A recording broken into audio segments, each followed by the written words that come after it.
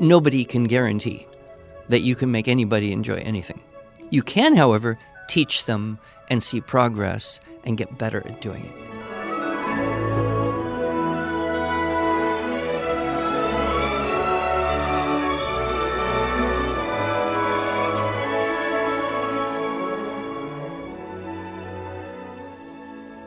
Hello, and welcome to the Arts of Language podcast with Andrew Pudewa, founder of the Institute for Excellence in Writing, or as many like to say, IEW.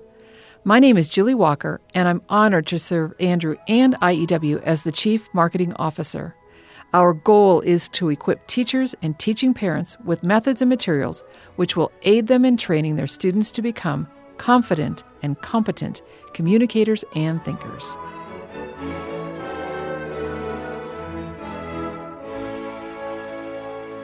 My goodness, I don't even know what episode we're on, Andrew. I think it ends with the 0, though. Well, it's more than your 100. responsibility to know what episode we're on. Well, I know it's not 100 or 200. I know it's past that. But But it is ending with a 0, which means what? Ask Andrew anything. Right. Yeah. Right. And I have a list of questions that came from our listeners. And then I have another list of questions that came from our customer service team that I thought would be really fun, both for you to hear what questions they might have for you, but also for our listeners who may have picked up the phone to call and spoken with one of our people, or maybe gotten an email from some names you might recognize.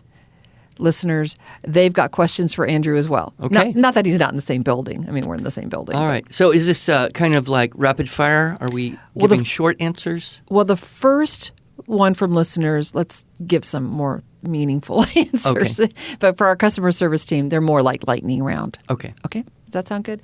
All right, the first question, and honestly, this is a question we get a lot, and this is from Sarah, and she says, what advice would you give someone starting IEW this year?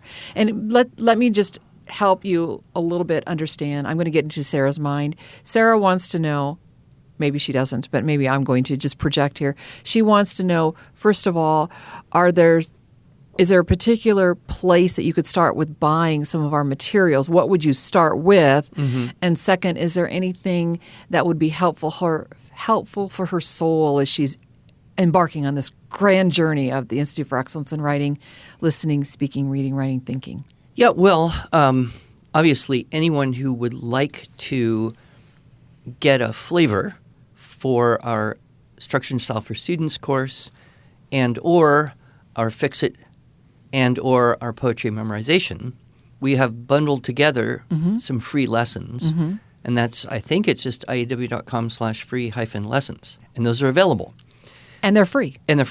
So, to get started with IEW requires nothing more than a little bit of time and download and maybe print some paper. Mm-hmm. And if you're not sure what level, generally we say level A is grade 3 to 5, upper elementary, level B, middle school, level C, high school. But sometimes you have a precocious younger child, who's maybe only 11 years old, but, reads and writes circles around their peers. You could go up level B. Or you have, a high school student who has never had an easy time of it all. There's no reason you couldn't go to level B. And you can try them all for free. And then if you like it, you can buy more, buy the rest. Right. The thing I would wish that I could do for every single person who buys any of our writing program stuff, whether it's the Teaching Writing Instruction Style, Teacher training course, yeah. Or whether it's Instruction Style for Students, or even if it's, a mom who's got a child enrolled in a class that someone else is teaching, online class or co-op or CC or something. Or maybe they're enrolled in school full-time. What I wish I could get every parent to hear is the 4 deadly errors, because that's for the soul part. That's to keep your anxiety level down. That's to major on the majors and don't worry about the details. Give up your attachment to grades and grading and just step on the pathway. Avoid the overcorrection. Avoid the unclear assignments. Avoid the over expectation, and have a nice, happy journey. Yeah, good. All right, Sarah, Maybe more than you asked for, but certainly great advice. Thank you, Andrew. All right, I have another question from Maria. She asks, is there a significant difference when working with left brain versus right brain, also left hand, right hand type of students? My answer would be no, in that our system really works for everyone. I mean, I teach the same thing to everyone, regardless of age or experience or learning disability. What differs, of course, is the content, the subject matter, the source text, the things you're going to write about, and then the speed of working through units or introducing stylistic techniques. Right. That being said, there are some children who have more of a tendency toward order, analysis. They do better with, Legos than clay. They tend to like things like math more than history, systematic types. And I think that's what she's getting at. And rather than kind of the artistic intuitive types who take to it more readily. That's where we have, I think, a special strength, is because we are, as several moms have come up with, I think, independently of each other, the Legos approach to teaching writing. We give you the pieces, we give you the plan. Now, have fun with it. I think that most of the parents who have helped us over the years, either as exhibitors at conventions or, wanting to be close in to what we do, were kind of the math science types who never really got the artistic side of the writing, but they like a system. And then they see, okay, these are the models, these are the techniques, here's all the pieces. This is a system. And they just thrive in that. A couple of our authors, Jill Pike comes to mind as a mom who was a nurse and wasn't sure at all how to teach this writing stuff to her children. Right. So while I wouldn't make a distinction in methodology, you might notice that a child who's kind of more on that logical dominant side, whichever one that is, will do well, will thrive. And then, of course, for all children, you want to try to find source texts that are, as much as possible, engaging with their imagination and their interests. And we worked very hard to find source texts for the SSS series that were going to have kind of a broad appeal, but also be specific and interesting. And I think we hit it well. I'm getting lots of messages and Facebook stuff and LinkedIn people saying, oh, my kid really loves the source text on, fill in the blank. Yeah, that's great. Okay, and I'm just going to add one more little piece to that, and that is, Maria, when you look at the units and we talk about the odd-numbered units versus the even-numbered units, the even-numbered tend to be a little bit more fact-based, maybe for your right brain student. I'm sorry, that would be your left brain student, right? I don't remember. The more creative ones, those are the units 3 and 5 and unit 7, where the students have to come up with wild and crazy content. And when Andrew was teaching the Structure and Style for Students classes, and actually even when you teach the teacher training course, Andrew, you say, how many of you prefer just the facts? Just give me the facts. And how many of you prefer to be more wild and crazy and creative? And it's really interesting because the audience is generally kind of half and half. And yet because we do the units in order, the students get an opportunity to go back and forth. So, oh, I hate this unit. Oh, I love this one. And it's just the opposite. Some of the kids love one where the other kids hate it. And honestly, that's you and me. You love Unit 4, Unit 6, Unit 8. Give me a Unit 5 any day, and I'm going to have a lot of fun with those pictures. So that's a great way. Okay, I have another question for you, this time from Sandra. She says this is about a stylistic technique. So it's kind of a technical question. I've noticed that sometimes my children's insertion of ly, who, which, some of the other dress-ups, feel forced and contrived, making the writing sound odd. Sure. Is this normal? Yes, this is very normal, and it's a question we get a lot. In the Four Deadly Errors talk again, I do point out a few things. A new technique, whether you are learning to play a musical instrument, or you're doing a sport, or dance, or painting. Anytime you have to learn a new technique, there is an awkward period. Yes. I teach violin, used to. I would use the example of learning to play in third position. Okay, that's where you have to now put your hand in a different place to make the notes in a different way. Same notes. And a lot of times a student would say, well, why can't I just play it, the way I'm used to? Well, okay, this is a new technique. It's awkward. It's not going to sound as good, but it's necessary in the big picture.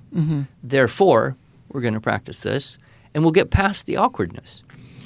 So that's the first thing I would point out. So if you're teaching a technique and this child is not used to doing that and doesn't have a good filter for how it sounds, right, there will be this period of awkwardness. The second thing I point out is that, and by doing it, it will gradually improve. The second thing I point out is that young children are awkward in many ways. Yes. They say things that are very awkward. They do things that are awkward. They kind of reach a peak of awkwardness right around the time when it's no longer cute. Right? So, again, that just is you have to have patience. They will grow. Their sense of language will improve. And what you want to do, what I would suggest, this was Sandra? Yes. Is that you read out loud to this child, all your children. And when you are reading out loud, when you notice a style technique that was kind of very well done, point that out. Say, oh, that was a who which clause right here in this book we're reading. Let's hear that again and read it again. And so you're modeling basically through just having them listen to good literature, you're modeling correct use of those techniques. Yeah. And then the last thing is if you don't like it, don't have a conversation like, does this sound good to you? Because the kid, it made sense when he thought of it, made sense when he wrote it. It still makes sense. It may not make sense to you.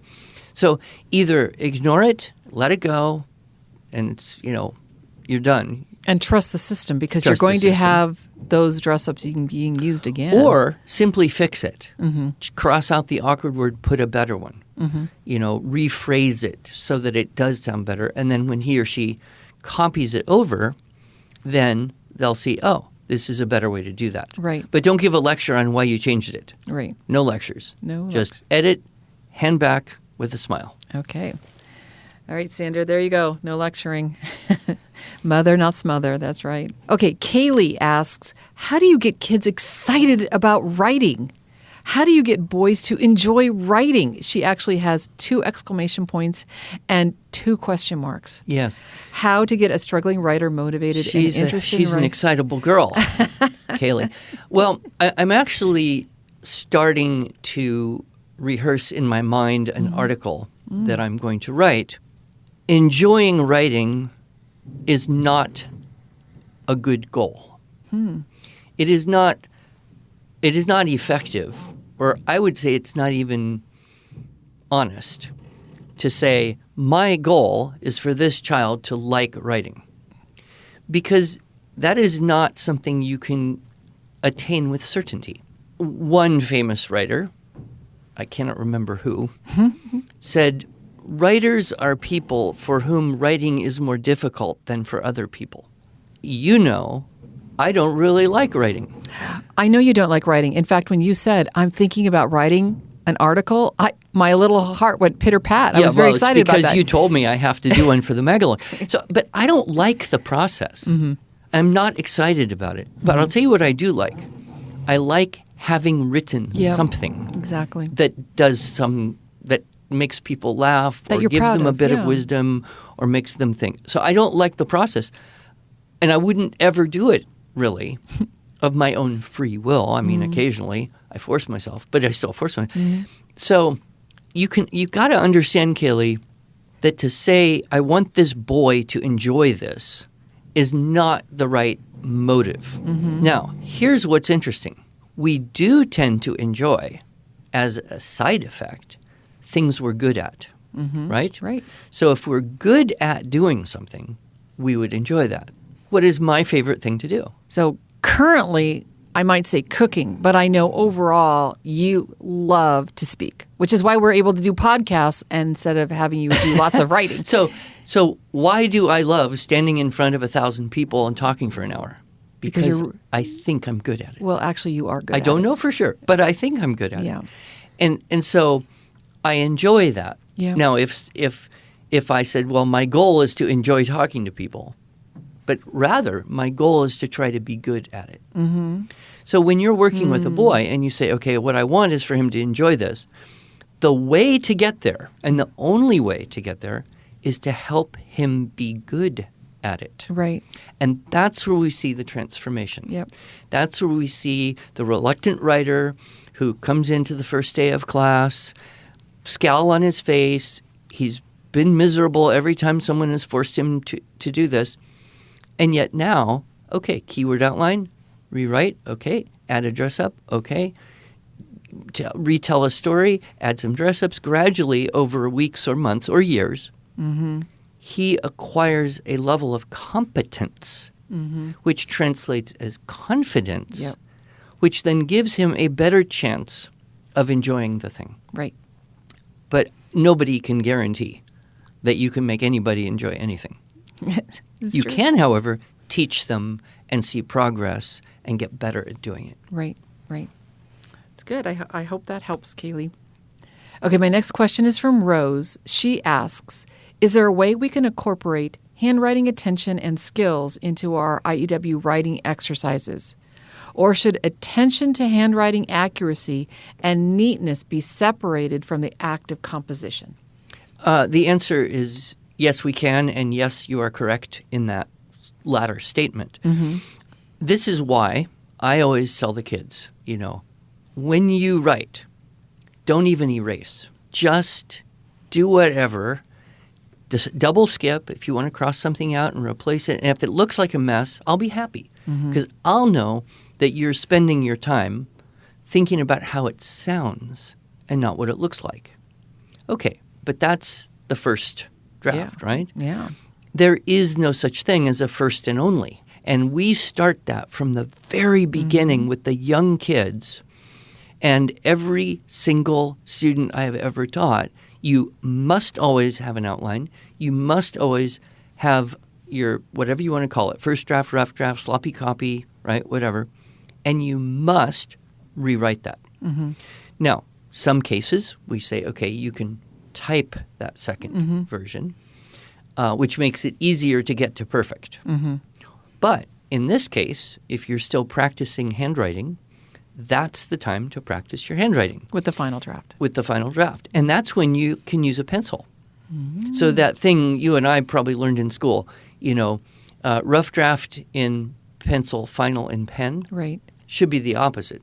Rough draft in pen so you don't waste any time erasing, final in pencil so if you need it to look nice, you can fix a transcription error, a misformed letter, whatever's bugging you. Good. Okay, great question. All right. Faith, she asks, how do you transition from imitation to original writing? Well, that would be the path that takes people from Unit 2 to Unit 7. I want to tell that quick story about my son because I think it illustrates her question. I'm assuming she knows about our path, Unit 2 up to Unit 7. If not, she can find out about that. Right. But my son, very, very dyslexic, really couldn't read. At 10 years old, he couldn't read anything. But I thought, well, he can't read, but he's going to write something. I'm the writing guy. He has to write. But the only thing we could really do was have him copy. So every day he would copy approximately 100 words. I set up a motivational system where he could earn, pennies per, penny per word per day plus a bonus if he didn't complain. He went into his airsoft weaponry purchase fund, blah, blah, blah. Kept this going for, I believe it was 16 months. So that was all the writing pretty much that he did was just straight copy work The for 16 highest months. level of imitation possible. Exactly. Copy work. So one day I had come back from a trip and I said, let's count up your copy work and get your, settle our accounts here. And I turned to the last page in the book where he did this. And I started reading this thing and it was just odd. It wasn't wrong. There was nothing, there were more, spelling errors than would be normal for his copy work. But it was just odd. So I said, so is this your copy work? He said, yeah. So I said, so you're telling me that you copied this from somewhere, okay? Where did you copy it from? And his response blew my mind. He said, from my brain. Is that okay? It was mind-blowing to me. And it was a little story about a boy who fell in the stream, in the river, and his dog went in and pulled him to safety, which is actually an event from my son's early life. And it just astounded me that he could go from, copying something here, and you run it through your mind, and then you put it over here. It's pretty much the same thing.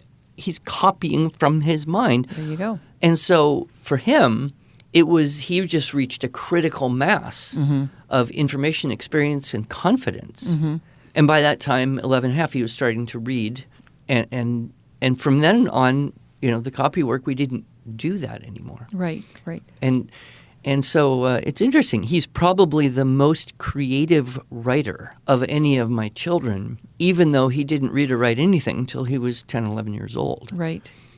So I think that illustrates Yep. the value of the imitation. Yeah. And I find that the creative writing it's really hard to just force someone to think of stuff. If they're limited in their imagination or their memory and they're trying to find something and then they're trying to find the words to attach to that thing to make it so they can speak it into existence, that's a really difficult thing to do. Right. So give as much help as is needed. Right. And I think, our Structure and Style Unit 7 classes are really brilliantly, I mean, not to praise me or anything. No, the system works. The system works. And when you watch that being taught, Yep. you're kind of like your eyes are wide open. Like, how come I never Right. got this when I was young? Right. But, and I'm just going to point this out, just in case Faith or any of our other listeners don't recognize, Unit 7 is where most writing programs start, which is the blank page, come up with your own You have to content. think of something in order to learn to write. Your original writing. And we don't go there until the kids have had lots of weeks and months of experience and gaining their confidence so that they'll be competent once they hit this blank page. But then we go back over to Unit 8, which is also research. And so when I think about this original writing, I think about what you say sometimes. I've never had an original thought.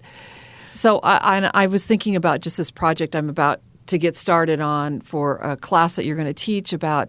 I've got to do some research, and I'm not going to be writing this. I'm not going to come up with new ideas. I'm going to be doing some research to be able to compile them for you to teach them. So I just think it's original writing perhaps is over. Well, and there, I've met teachers who have said something like, so your kids don't do any real writing until March? Right. And I'm, okay, it's all real. And in the business world, Yeah, that's what I'm talking in about. the professional world, in the academic world, a whole lot of what you do is you re-present existing information Right. and then you add comment to Right. that. There are very few people who just write about whatever they want to from their imagination. That's not a frequent need in the adult world. Right. So I think, we all need to kind of just retune what are we saying when we say real writing. That's right. Good. Yep. Okay. Better right. go faster here. We're I getting know. to the We're end. getting close to the time. Okay, I'm going to jump over to our lightning round. This is our customer service team asking some questions of Andrew. He's trying to peek, listener. He's looking at my paper across she the doesn't table. even let me see these I things do ahead not of time. let him see the question. Okay, Michelle asks, what meal do you never cook with garlic? You personally. So I know your palate goes to savory, not sweet. So obviously you wouldn't put French toast and garlic, but you would never eat French toast. I would never eat French toast. Oh, gosh. Good stumper, Michelle. Good job. I don't want to eat a meal that I can't cook with garlic. I suppose if I were making, like, nachos, I might not put the garlic on. Okay. Because I wouldn't think of it. Oh, okay. But I should. Yes. Yep, Michelle got me on that one. Okay. She's the smartest of the group. Yeah, maybe. Okay. Marcy asks, who's your favorite kid? I know the answer to that one.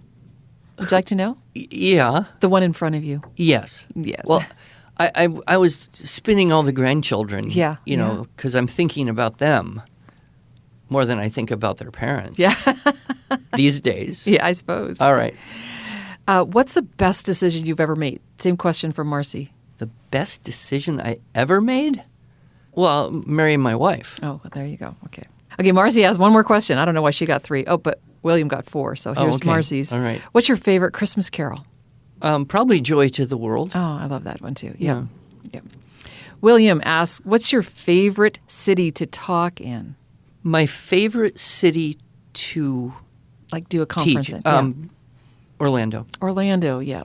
There's something very, very friendly Yep. about everyone's there for a party. They're all happy. I can't remember anyone getting mad at me in Orlando as opposed to someplace kind of colder and hostile. Yeah. We're not going to name the city. No. Okay, so what is your favorite airport? Probably Tulsa because that's I get to leave and then I get to come home, and those are both things I like. Yes. But in terms of the quality of the restaurants and ambient environment, I think Would not be Tulsa. I have to say Houston. Okay. It's a pretty darn good airport, but I don't go there very much because I switched from United to Delta. Okay. So now I'm always in Atlanta or Salt Lake, mostly always Atlanta. Okay. Okay, and last question from William. What's your favorite cuisine you've tried in your travels?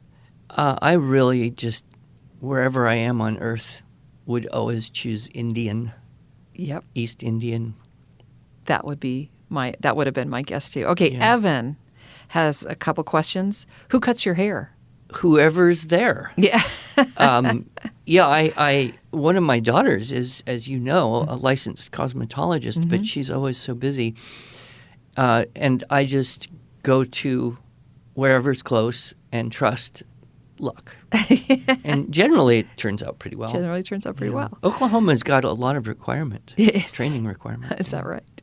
What was your first car? A 1965 Chevy Nova. Oh, wow.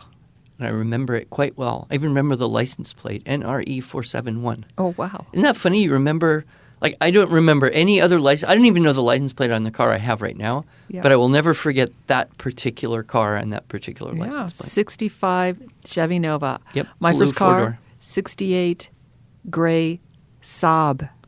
Oh, really? Yeah, I drove a Saab. That was my first car. Oh, and then my dad gave me his Peugeot Oh, wow. after that. Yeah, so you got your sports car second. I got Yeah, it my wasn't a first one sports first. Okay.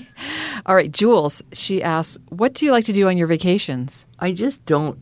I generally do whatever my wife wants. Okay, that's a good answer. Yeah, I mean, we have traveled a little bit more now that we're totally free to do that. Mm-hmm. So what I would like is I'd like to go to some of those interesting historical places Yeah.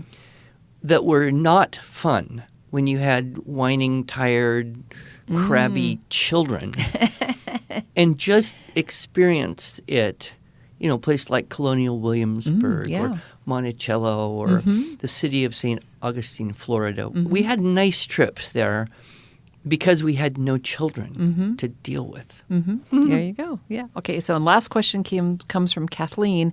What is the origin of the name Pudawa? Well, I was always told German, but we don't really know because my father's father, who had that name, left and went to South America, I believe, to do gold mining or some crazy thing when my father was an infant. Oh, okay. And he never came back, and there's no contact. Oh. But I also believe there's a good chance that it could be Polish. Oh, okay. I actually had a waitress in a restaurant in Chicago look at my credit card and say, "Oh, you're Polish." Oh. I said, "Well, I don't know that." And she said, "No, it is. It means box. You're Mr. Box, Old Polish." But it could also have been something else like Pudawaska and Sure. it got changed, at Ellis Island kind of thing. Yeah.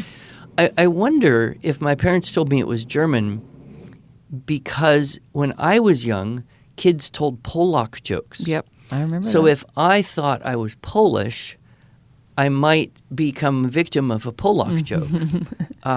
Yeah. But I don't know. I mean, if it were, I would be proud to have a Polish Yeah. name. In fact, I was supposed to go to Poland this year, and I missed Yeah. out. But maybe someday. Yep. Very good. All right, Andrew. That's it. All right. Thanks for this engaging, as always, Ask Andrew Anything episode. Well, those weren't too tough. No.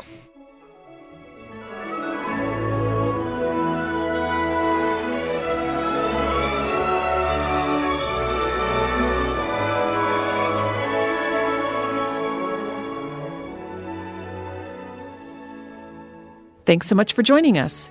If you enjoyed this episode and want to hear more, you can subscribe to this podcast in iTunes, Google Play, or Stitcher, or just visit us each week at iew.com/podcast. Until then, on behalf of Andrew Pudawa and the team at IEW, I thank you for allowing us to partner with you on your journey toward better listening, speaking, reading, writing, and thinking.